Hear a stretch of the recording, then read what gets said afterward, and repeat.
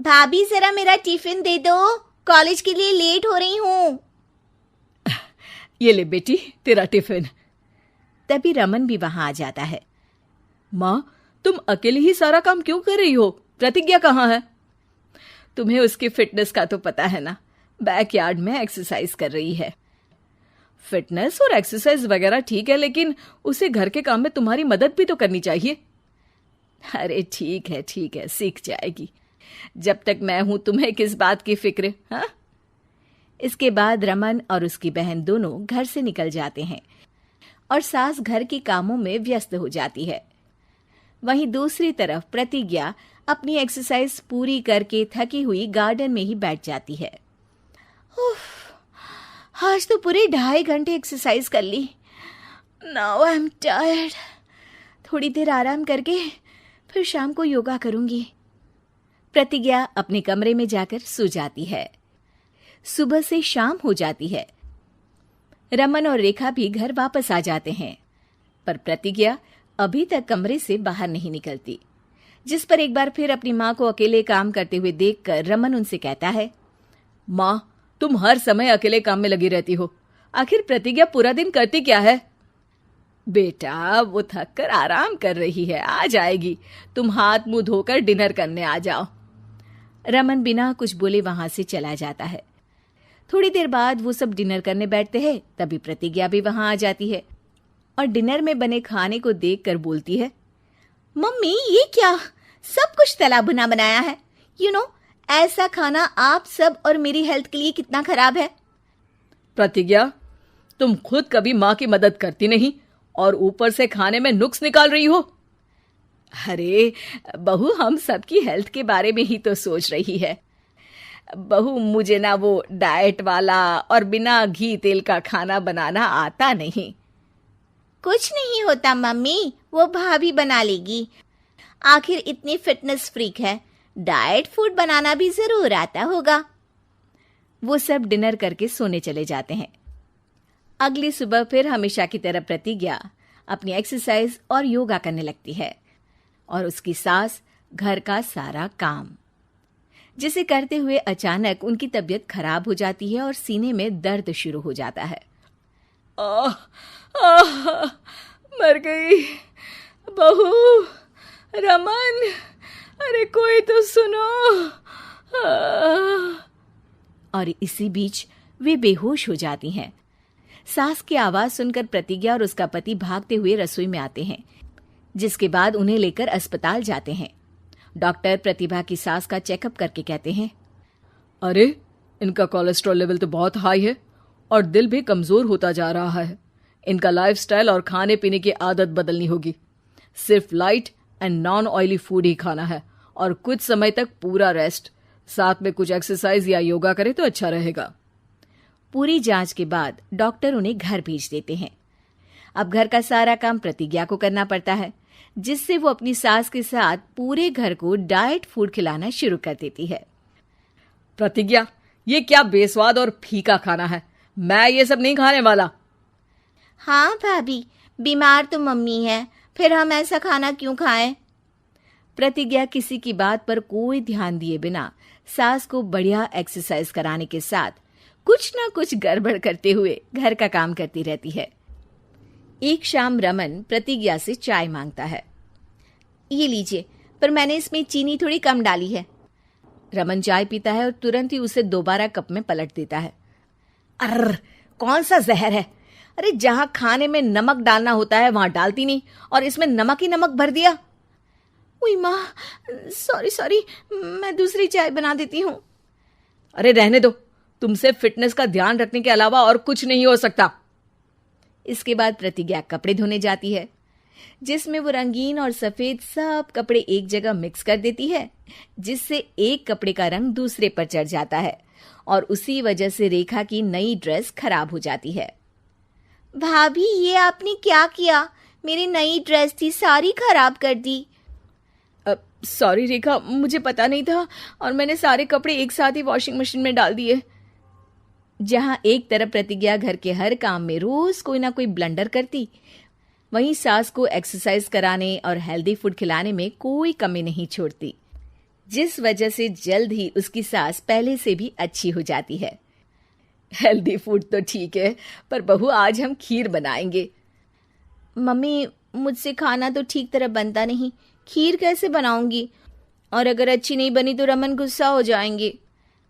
अरे कोई गुस्सा नहीं होगा, और देखना खीर भी बहुत स्वादिष्ट बनेगी। प्रतिज्ञा की सास उसके साथ रसोई में जाकर उसकी मदद करते हुए खीर बनाना सिखाती है, जिसे खाकर रमन तारीफ करते हुए कहता है, वाह क्या टेस्टी खीर बनी है, मजा आ गया आज तो। आज ये खीर प्रतिज्ञा ने बनाई है।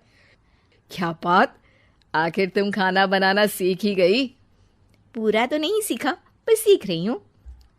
और इसमें मैं अपनी बहू की बिल्कुल वैसे ही मदद करूंगी जैसे इसने एक्सरसाइज करने में मेरी मदद की।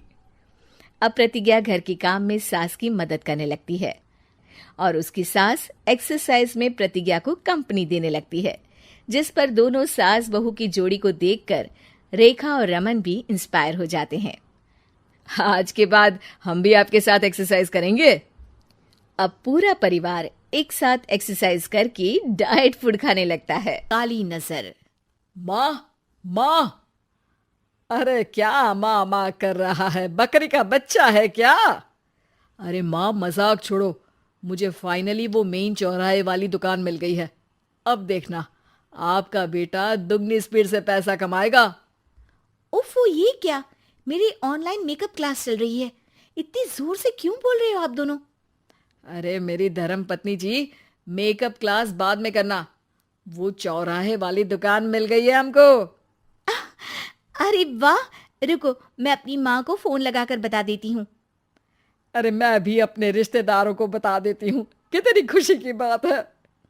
हाँ हाँ, मैं भी अपने दोस्तों को बता देता हूँ, 1 हफ्ते बाद रजिस्ट्री है। बस घर में खुशी का मौका था। उन तीनों ने अपने अपने फोन उठाए और लोगों में बात फैलाना शुरू कर दिया। और रही सही कसर श्वेता बहू ने अपने पड़ोस में सबको बताकर कर दी। अरे वर्मा आंटी, अब हम भी जल्दी कार ले लेंगे, घर का रेनोवेशन होगा और ठाट से रहेंगे हम भी। अरे ऐसा क्या हुआ, लॉटरी बाटरी लग गई है क्या? अरे इस बार चौराहे वाली मॉल में हमको भी दुकान मिल गई है, दुकान नंबर 21, जो एकदम चौराहे पर है।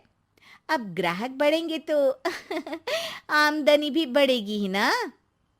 अरे वाह, कितनी खुशी की बात है। मैं बहुत खुश हूँ तुम्हें इतना खुश देख के। बाकी एक बात कहूँ, सबको मत बताते फिरना, किसी की नजर लग जाएगी तो खुशी की खबर वापस लौट जाएगी। हैं? ऐसे थोड़ी ना होता है, अब डरा रही हो।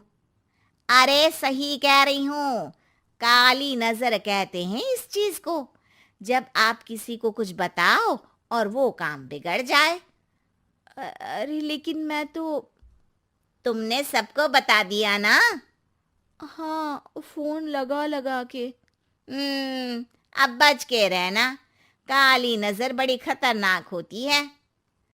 श्वेता इतनी खुश रहती है कि वो वर्मा आंटी की बात पर ध्यान ही नहीं देती, जबकि पड़ोस में और भी लोगों से खुशी की खबर शेयर करती रहती है।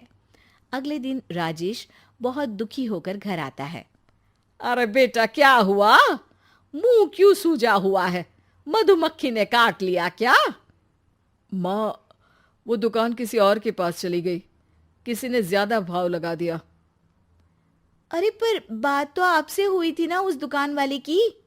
हाँ, आज मैं टोकन अमाउंट देने गया था, तब मुझे पता चला कोई आकर सुबह मुझसे पहले ही ज्यादा अमाउंट दे गया।